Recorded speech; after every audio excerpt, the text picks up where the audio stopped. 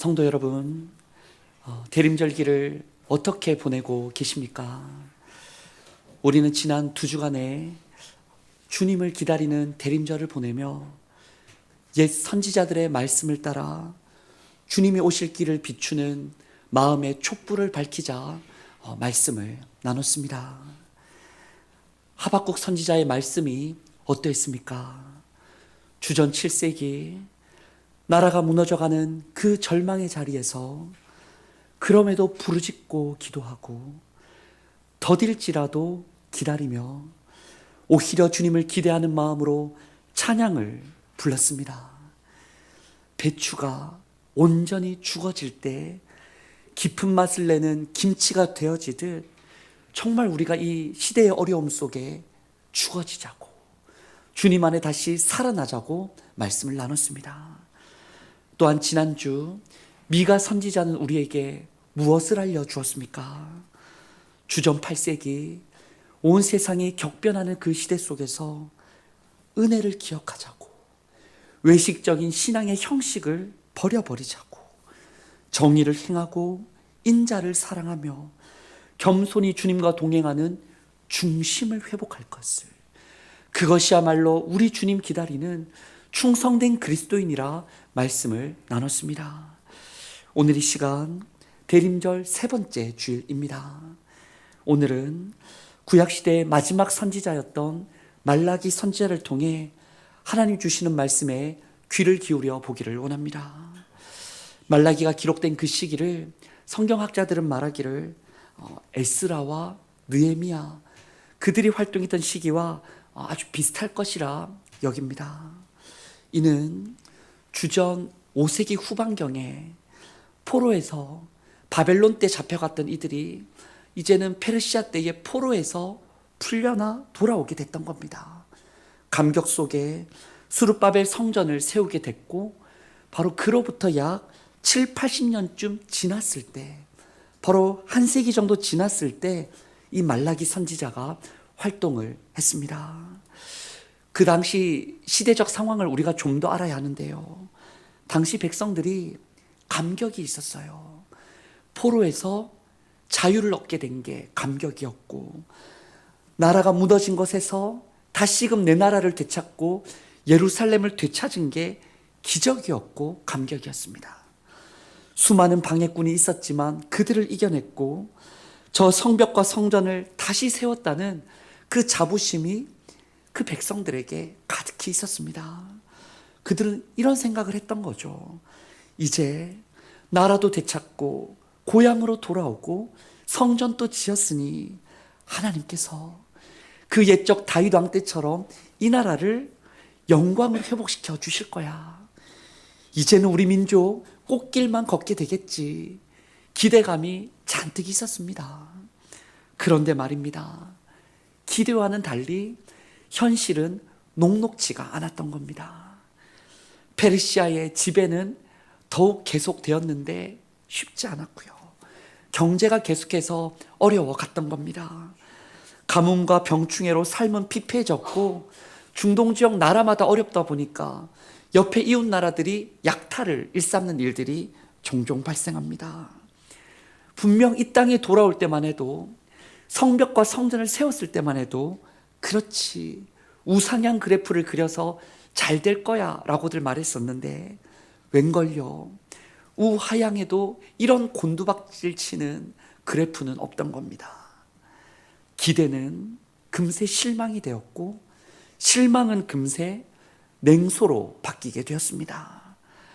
제사장들은요, 그럴 때일수록 백성과 성도들과 나라를 다독이며 백성을 하나님께로 모았어야 됐건만, 제사장들이 타락해서 백성들이 그래도 그 어려운 중에 재물을 가지고 온전한 걸 바치면 그건 자기가 가지고 병든 재물로 바꿔치기 해서 잘못된 제사를 드렸습니다. 백성들은 다시금 이방 여인들과 통혼을 벌였고, 하나님 왜 이렇게 안 도와주냐라는 말이 지나 다른 이웃나라 신들은 잘만 도와주던데라는 말로 바뀌어 또 우상을 끌어당기기 시작합니다. 하나님과의 연결고리가 그렇게 강하게 결속되어 하나가 된 것 같았는데, 어느새 금세 끊어질 것 같은 실 한 가닥 남은 것처럼 하나님과 연결이 약해져만 갔습니다.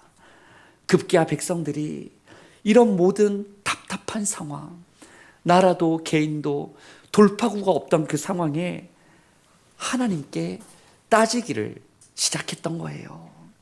말라기서에 그 따지는 질문들이 여럿 나오는데 모아서 보면 이렇습니다. 주께서 어떻게 우리를 사랑하셨나이까? 우리가 어떻게 주님의 이름을 멸시했단 말입니까?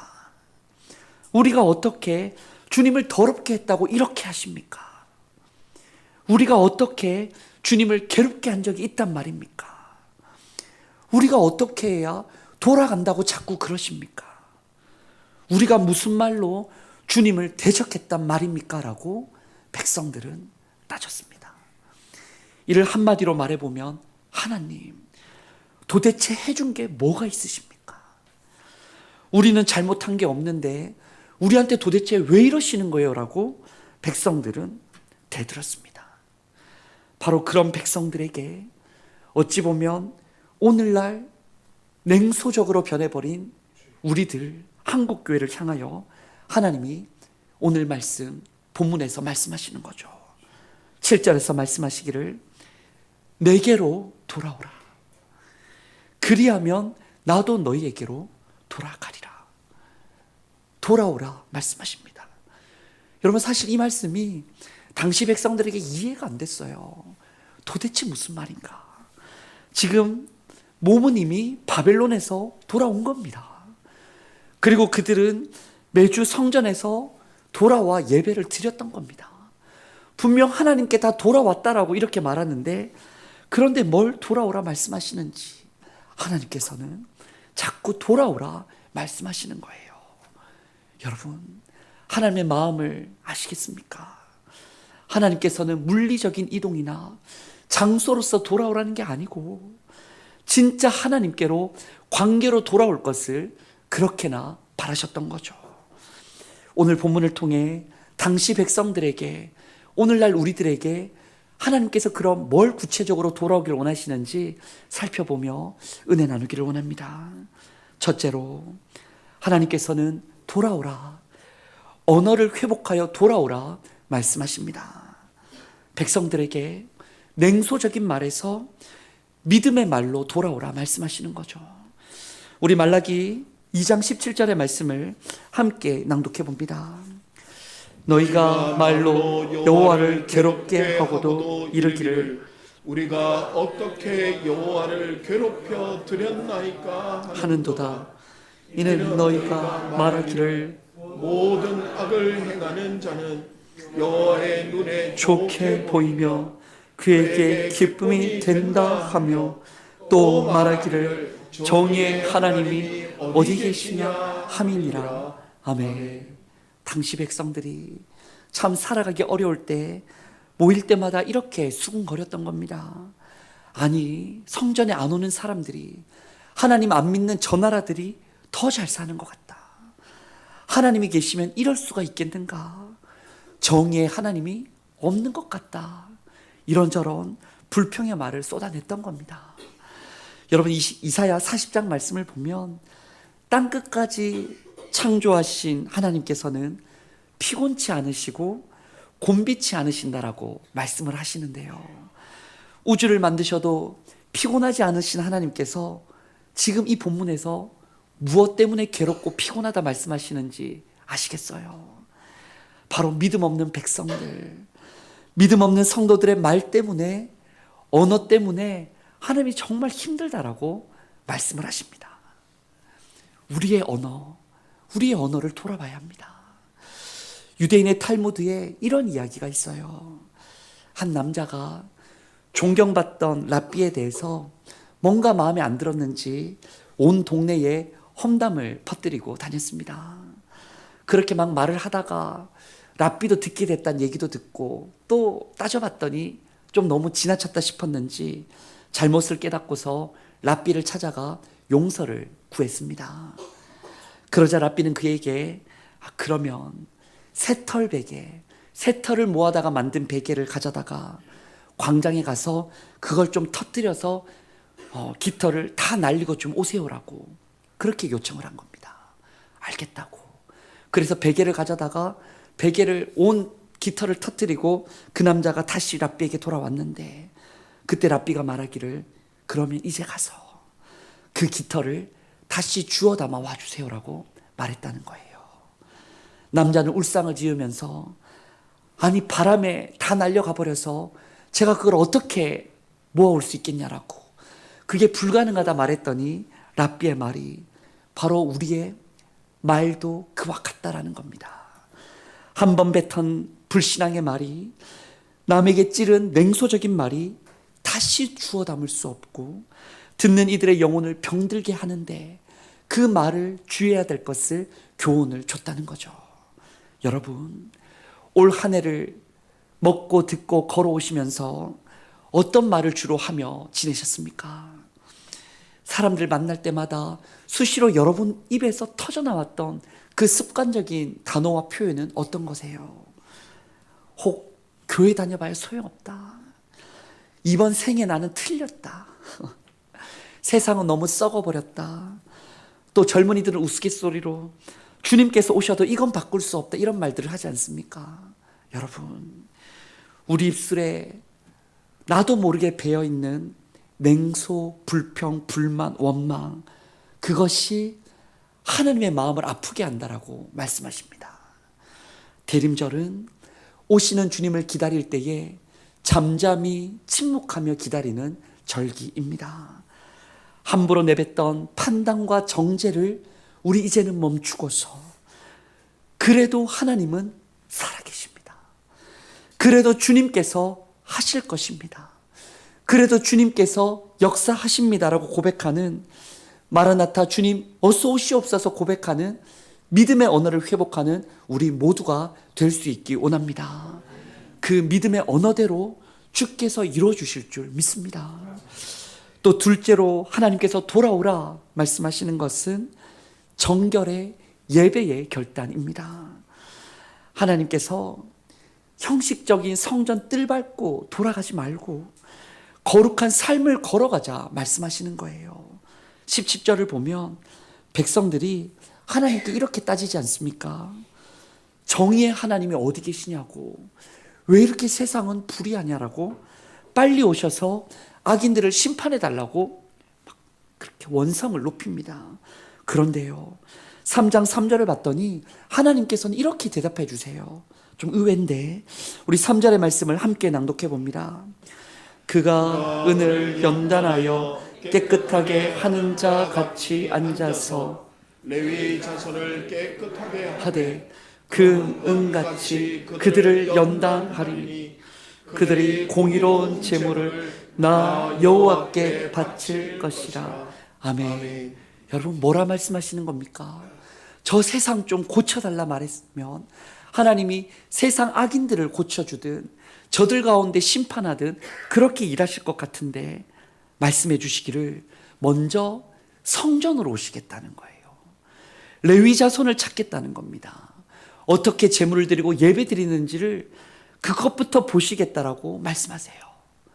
바로 오늘날 우리들에게 세상에 무언가 잘못됐다라고 말하기 전에 주님 앞에 우리의 예배는 어떠한지, 모이고 있는 교회의 모습은 어떠한지 그 자리부터 점검을 해보겠다라고, 정결한지 확인하겠다라고 말씀하시는 겁니다. 여러분, 이 말씀 앞에 우리의 마음이 가볍지가 않습니다. 오늘날 참 이슈가 많고 뉴스가 많은데 그 누구 정치인이나 연예인, 그들의 과거와 말의 잘잘못을 따지기 전에 하나님은 성전을 섬기는 우리 직분자들부터, 목회자부터, 항존직부터, 왕같은 제사장인 그리스도인들부터 진짜 모인 그 자리에서 정결한지, 하나님께 온전한 예배를 드리고 있는지 하나님은 그것부터 확인하고 싶다라고 말씀하십니다. 왜 그래요? 하나님이 세상을 정결해가는 방식이 우리가 먼저 빛이 되면 그 빛을 세상이 비추고 세상이 빛이 비추이면 하나님 나라가 이루어지는 방식으로 그렇게나 그분의 사람을 찾으시는데, 정작 우리는 정결하지 않고 세상만 탓하고 있으니 하나님이 레위 자손을 찾겠고 성전을 찾겠고 우리를 찾아와 정결을 점검하겠다 말씀하십니다. 또한 이어지는 5절을 한번 보세요. 그렇게 오셔서 심판하실 때 지목하는 그 죄가 뭐냐면 점치고 간음하는 종교적인 도덕적인 죄도 꾸짖겠다 말씀하시고요. 품꾼의 삭스에 대하여 억울하게 한 것, 과부와 고아를 압제한 것, 나그네를 억울하게 한 자들을 다 심판하겠다라고 말씀하세요. 뭘 뜻하는 거예요? 모여서도 우리가 온전한 정결의 예배를 드리는지도 보겠지만 흩어진 자리에서, 약자를 만나는 삶의 자리에서 진짜 예배적인 삶을 살았는지를, 거룩한 산 제사가 되었는지도 확인하겠다 말씀하시는 겁니다. 교회 안에서 거룩하게 예배하고 찬양하는데 직장에 가서는 직원들에게 함부로 말하고 월급을 체불하고 갑질하고 약한 자들을 무시하고 이중적인 행동하는 것 가볍게 보지 않겠다는 거예요. 하나님이 보내주시는 약한 이들을 외면하고 소외롭게 여기고 그들을 더 짓궂게 대하는 것 가볍게 여기지 않겠다는 거죠. 모여서의 예배나 흩어져서의 예배나 그 정결을 하나님은 보겠다 말씀하십니다. 여러분 잘 아시는 예화가 있지 않습니까? 어느 한 성도가, 중세시대 때 한 성도가 말라기 말씀을 묵상하다가 3장 3절에서 은을 연단하여 깨끗하게 하는 자라는 말씀을 묵상하다 진짜 그 방식이 궁금해서 은 세공업자를 찾아갔다는 겁니다. 찾아가서 세공업자가 은을 불에다가 넣고서 눈을 떼지 않고 그것을 재련하는 것을 이렇게 봤다는 거예요. 그러고서 물었다는 겁니다. 도대체 언제 은이 잘 된 줄 아십니까? 언제 은이 다 된 줄 알고 꺼내는 겁니까? 라고 물었다는 겁니다. 언제 99.9%가 됐냐 물었을 때에 은 세공업자가 웃으면서 대답하기를 은물이 맑아져서 제 얼굴이 거울처럼 비치게 될 때 그때가 바로 완성된 겁니다 라고 대답을 했다는 거예요. 여러분 그렇습니다. 하나님께서 오늘날 이 시대의 정의를 단번에 고치지 않고 내버려 두시는 것은 오늘날 우리들에게 곧바로 꽃길을 걷게 하지 않으시고 시련을 허락하시는 것은 때로는 아픈 말씀으로 우리를 찌르시며 끊임없이 우리를 다듬어 가시는 것은 여러분들을 미워해서가 아닌 거죠. 바로 우리 안에 욕심과 교만과 이중적인 삶의 찌꺼기를 제해 가시는 은세공업자이신 하나님께서 우리가 은처럼 금처럼 아름답게 정결하게 참된 예배자가 되어갈 수 있도록 그렇게 우리를 다듬으사 우리의 삶에 예수님의 얼굴이 보일 때까지 우리를 빚어가는 과정이신 겁니다. 여러분 그렇습니다. 세상이 악해 갈수록 왜 하나님 저들을 내버려 두냐가 아니고요. 세상의 불의와 부조리함에 회의감이 들수록 오히려 이 시대의 레위인인 우리가 정말 저들에게 빛을 비추고 있는가? 우리가 정말 정결하게 깨어 있는가? 우리를 통해 하나님이 역사하시도록 우리를 내어드리고 있는가? 점검하는 지표로 삼아야 하겠습니다. 모여서는 형식적인 예배에 뜰만 밟지 않고 진심으로 주님을 찾는 겁니다. 주일 예배 가운데 수요와 금요 새벽 가운데 하나님께서 여기 계신다. 말씀 가운데 주님께서 역사하신다. 성령께서 나를 지금 어루만져 주신다라는 간절한 마음과 깨어있는 심령으로 삼위일체 하나님을 만나러 오시는 겁니다. 또한 다시 흩어진 가정에서 일터에서는 정직과 성실로서 내 맡겨진 자리가 어떤 자리라고요? 선교의 자리다. 그 자리에서 하나님 나라가 이루어진다는 통로가 되기 위한 거룩한 산 제물로 나를 드리며 살아가는 겁니다. 바로 그런 우리의 삶이 정결의 결단과 모여서든 흩어져서든 하나님 앞에 살아가는 예배의 삶이 진실로 이 어두운 세상에 빛이 될 줄 믿습니다. 마지막으로 하나님께서 돌아오라 말씀하시는 것은 주권의 회복입니다. 하나님께서 백성들에게 움켜진 손을 이제는 드리는 손으로 펼칠 것을 말씀하세요. 참 민감한 사항인데요. 그러나 아주 구체적으로 하나님은 주권이 어디 있는가, 인생이 소중히 여기는 물질의 주권을 어디 두는가 물으시고 요청하세요. 7절을 봤더니 하나님께서 백성들아 제발 좀 내게 돌아오라 말씀하십니다. 그랬더니 백성들이 어떻게 돌아오란 말입니까? 성전에 돌아왔고 우리가 여기 있는데 뭘 더 어떻게 돌아오냐고 따졌더니 그때 주신 답변이 8절의 말씀인 거죠. 우리 8절의 말씀 함께 낭독해 봅니다. 사람이 어찌 하나님의 것을 도둑질하겠느냐? 그러나 너희는 나의 것을 도둑질하고도 말하기를 우리가 어떻게 주의 것을 도둑질하였나이까 하는도다. 이는 곧 11조와 봉헌물이라. 아멘. 아멘. 여러분, 이 말씀은 그냥 단순히 헌금 많이 내라는 얘기가 아니에요. 돈은 우리가 땀을 흘려 힘들게 번 거고 또 우리가 살아갈 때 아주 중요한 생존의 수단입니다. 가장 소중한 것, 가장 필요한 게 돈이에요. 그런데 반대로 돈은 내가 가장 의지하기 쉬운 것, 내가 주인 삼기 쉬운 것, 인생에 있어 우상되기 쉬운 게 바로 돈이라 말할 수가 있습니다. 당시 이스라엘 백성이 말로는 하나님 우리 주인이십니다, 하나님 우리나라 주인이십니다라고 말했는데 흉년이 들고 삶이 어려워지자 뭐부터 끊었다고요? 11조부터 끊었던 거죠. 하나님의 그 테스트 앞에서 하나님보다 내 지갑을, 내 예산의 계획을, 내 가진 것을 더 크게 봤던 겁니다. 하나님은 무엇을 더 믿고 있는가? 인생의 우선순위를 적나라하게 물으시고 도전을 하셨던 거예요. 내 것을 도둑질하지 말라. 11조로 나를 향한 믿음을 고백하라 말씀하십니다. 여러분, 아프리카나 동남아시아에서 원숭이 잡는 방법을 들어보셨을 겁니다. 이 입구가 좁은 항아리나 아니면 코코넛에 작은 구멍을 뚫어가지고 거기 안에 쌀이나 견과류를 넣어둔다는 거예요.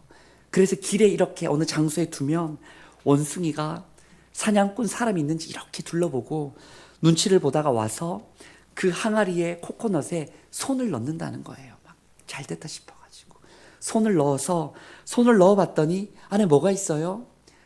냄새 나는 고소한 쌀도 있고 견과류도 있고 이렇게 먹을 게 있는 거예요. 그래서 아무쪼록 사냥꾼이 오기 전에 단번에 그걸 가져가려고 어떻게 잡겠어요? 이렇게 그냥 한 움큼 잡아가지고 빼려고 하니, 주먹을 쥐고 빼려고 하니 그게 빠지겠어요? 안 빠지겠어요? 아주 사냥꾼이 경험이 있어서 교묘하게 주먹을 쥐면 못 빠지도록 해놔가지고 뺄 수가 없는 거예요. 뺄 수가 없게 이렇게 하다가 사냥꾼이 이제 기회다 싶어서 멀리 보다가 오는 거죠. 오면 어떻게 해야 돼요? 살려면 손을 놔야 되는데, 놓고 손 빼고 뭐 좀 달라붙은 게 있으면 땡큐고 얼른 빼서 도망쳐야 되는데 그걸 움켜쥐고 못 빼가지고 끙끙거리다가, 아니면 제 생각에는 코코넛 주먹 친채로 들고서 그냥 막 가면 될 텐데 그 자리에서 그냥 이렇게 하다가 사냥꾼이 오면 잡히고 만다는 거예요. 손을 피면 자유 얻는데 그 움켜진 욕심 때문에 생명을 잃게 된다는 겁니다. 그런데 말이죠, 우리 함께 이 얘기 듣고 웃었는데 하나님 보시기에 우리 모습이 다르지가 않다는 거예요. 하나님, 이것만은 안 됩니다. 이 돈만큼은 내가 죄송해요. 이것만은 나는 드릴 수 없다라며 움켜쥐고 있는 그 영역을 하나님은 당시 백성들에게, 오늘 말씀 앞에 있는 우리들에게 그걸 좀 펴보라고 도전을 하고 계십니다. 10절을 보세요. 그것으로 나를 시험하여 내가 하늘 문을 열고 너희에게 복을 쌓을 곳이 없도록 붙지 아니하나, 붙나 안 붙나 너희가 한번 시험하여 보라 말씀하십니다. 여러분, 우리 지난주에 배웠잖아요. 지난주 오후 예배 시간에 승리의 확신 성경 말씀을 나눴습니다. 하나님께서는 우리의 시험 당함을 허락하지 않으시고 시험 당할 즈음에 피할 길을 내사 능히 감당케 하시는 승리의 하나님이라고 배웠습니다. 그런데요, 하나님께서는 시험을 허락치 않으시는데 성경 말씀 중에 유일하게 시험해도 좋다라고 말씀하시는 부분이 바로 이 부분의 말씀이에요. 시험해보라. 너가 움켜쥔 그 손을 펴서 나에게 맡기면 내가 정말 너의 인생을 책임져 주는지 아닌지 이 헌금을 통해 11조를 통해 하나님께 드리는 삶을 통해 확인해 보라고 말씀을 하시는 거예요. 여러분, 이건요, 교회가 뭔가 여러분의 호주머니에 있는 걸 좀 더 빼내기 위해서 목회자가 교묘하게 만들어낸 얘기가 아니에요. 얼마 전에도 얘기 들었는데 성도들이 헌금하면 목사가 다 가져가는 줄 안다고 그런 생각하는 분인데 아니에요.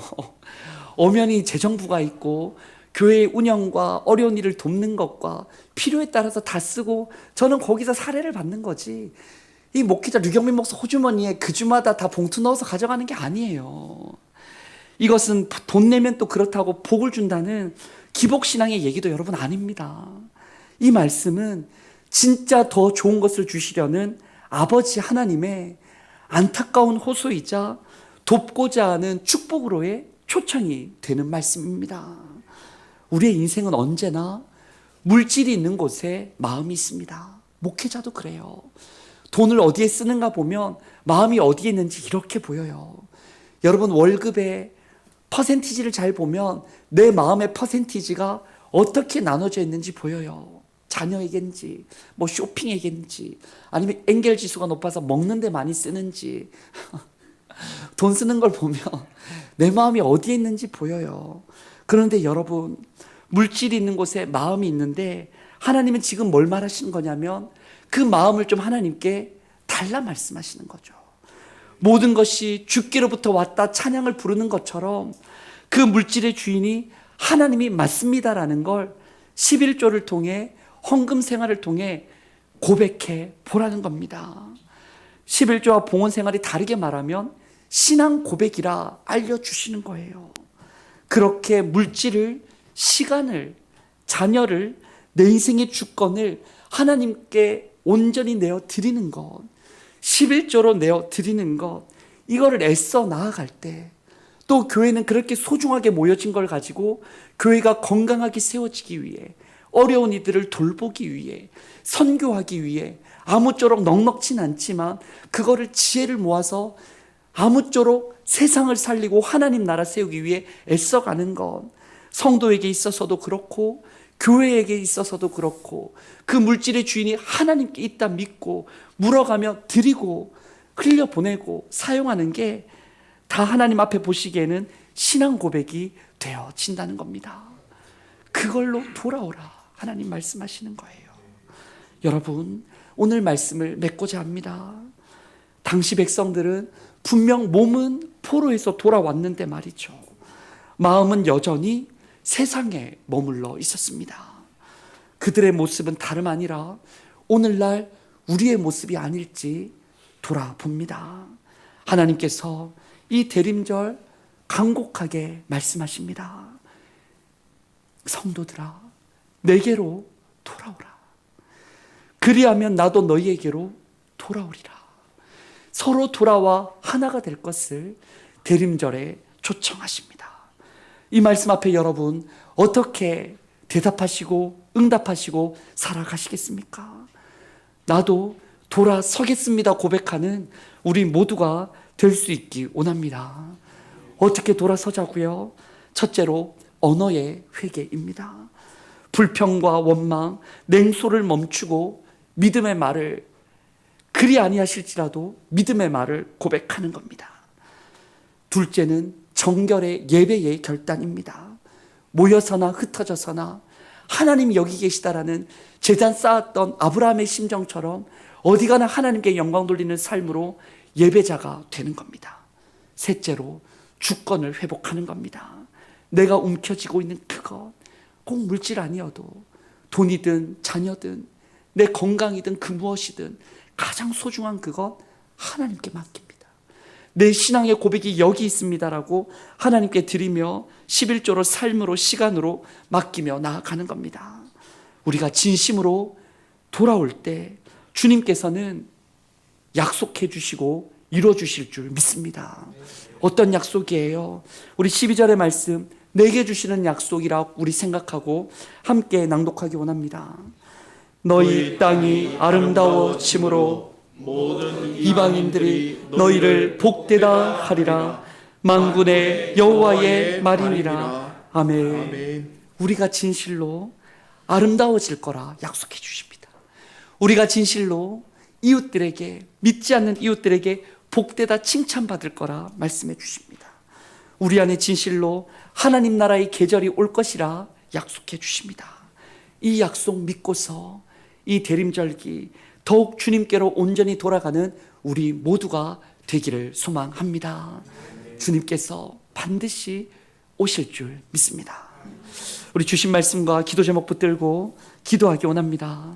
주님, 한 해 동안 불평과 불신앙의 말로 주님을 괴롭게 해드렸던, 또 뾰족한 말로 다른 사람을 아프게 했던 우리의 죄를 용서하여 주옵소서.